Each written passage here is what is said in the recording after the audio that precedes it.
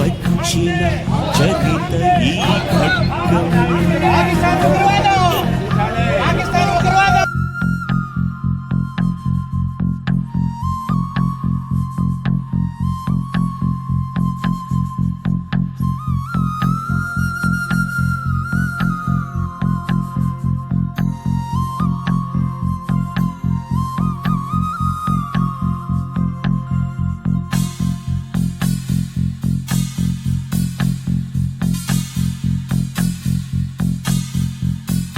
తన కళ్ళ ముందే సామ్రాజ్య శిఖరాలు మన్ను పాలైన క్షణమైన తన గాథ గతములో విడిచి ఉటి ఒడి చేరని ఖడ్గం. భూతతో పడమరలు దాటి పూర్వాద్రిపై నిత్య ప్రమాదమై వెలుగుతున్నది భారత ఖడ్గం. కేవలం ఆయుధం కాదు ఈ ఖడ్గం, ఏదో మహాద్భుతం ఉన్నది ఖడ్గం.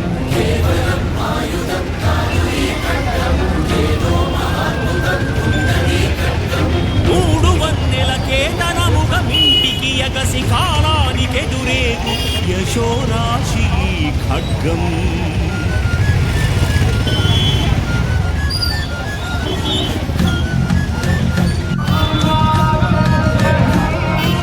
హరిధరపై అవతరించక గెలుచుకొచ్చిన భక్తి ఖడ్గం. నరునిలో దైవాంశనే దర్శించి కొలిచిన ముక్తి మార్గం. ఆత్మరక్షణకై ధరించిన ధీర గుణమీ ఖడ్గం. ధూర్త శిక్షణకై వహించిన కరకుతనమీ ఖడ్గం. అహంకరించి అతిక్రమించిన ఆతతాయిల కాంతు చూసిన క్షాత్ర సత్వం. అస్తమించని అర్ధ ఖడ్గం. శరణు కోరి శిరస్సు వంచి సమాశ్రయించిన అన్ని జాతుల పొదుగుతున్న పురాణ తత్వం. జగతి మరువని ధర్మ ఖడ్గం.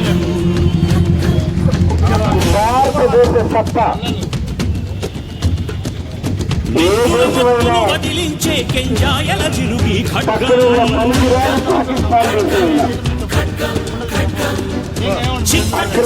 చీల్చుకువచ్చే తెల్లని వెలుగి ఖడ్గం. మట్టిని చీల్చుకు చిగురించే సిరి పచ్చని చిగురి ఖడ్గం. కొత్తగా పెళ్ళయి హనీమూన్కి వెళ్ళిన జంటలు కూడా వదలకుండా 28 మంది ప్రాణాలు తీసిన పాకిస్తాన్ దేశానికి సంబంధించిన ఉగ్రవాదులు, పాకిస్తాన్ పెంచి పోషించిన ఉగ్రవాదులు, పాకిస్తాన్కి ఉగ్రవాదం అంటే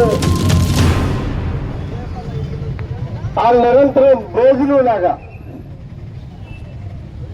ఉగ్రవాదమే నీళ్లు, ఉగ్రవాదమే అన్నం, ఉగ్రవాదమే ప్రశాంతి, ఉగ్రవాదాన్ని పెంచి పోషిస్తూనే పాకిస్తాన్ బతుకుతున్నట్టుగా బకాసులు వాళ్ళ వచ్చిందంటే వాళ్ళే చేసేట్టుకుంటే బకాసులు నిర్వహిస్తున్నారు.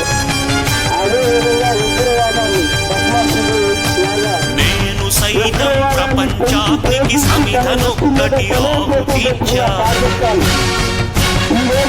నేను సైతం విశ్వముష్టికి అశ్రు ఒక్కటి ధారవోశాను.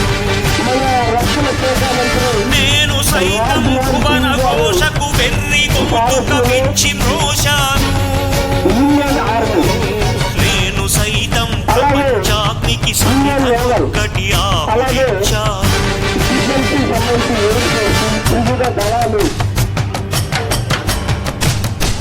ఏం చేద్దాం అనుకునే రోజు మన కళ్ళు తెలిసి 3 రోజుల్లోనే పాకిస్తాన్లో ఉన్న ఉగ్ర స్థావరాలన్నింటినీ ధ్వంసం చేసిన పరిస్థితి మనం చూసాం. ఇటువంటి దేశాన్ని మనందరం కూడా కలిసి కట్టుగా ఎదుర్కోవాలి అని అనుకుంటాం. కానీ మనందరం కలిసి కట్టుగా ఎదుర్కొంటే అసలు పాకిస్తాన్ పట్టణంలో మామూలుగా ఒక డిఫెన్స్ ఒక మూడు కలిగిస్తేనే పాకిస్తాన్. అటువంటి ఇండియన్స్ అందరూ కూడా గట్టిగా కళ్ళెర చేస్తేనే పాకిస్తాన్ రగిలిపోతుంది. అగ్ని నేత్రమోగ్ర జ్వాల దాచిన అగ్ని శిఖలను గుండెలోన అణచిన ఓ సూర్యుడా పరశ్వతమును చేతలోనిన పరశురా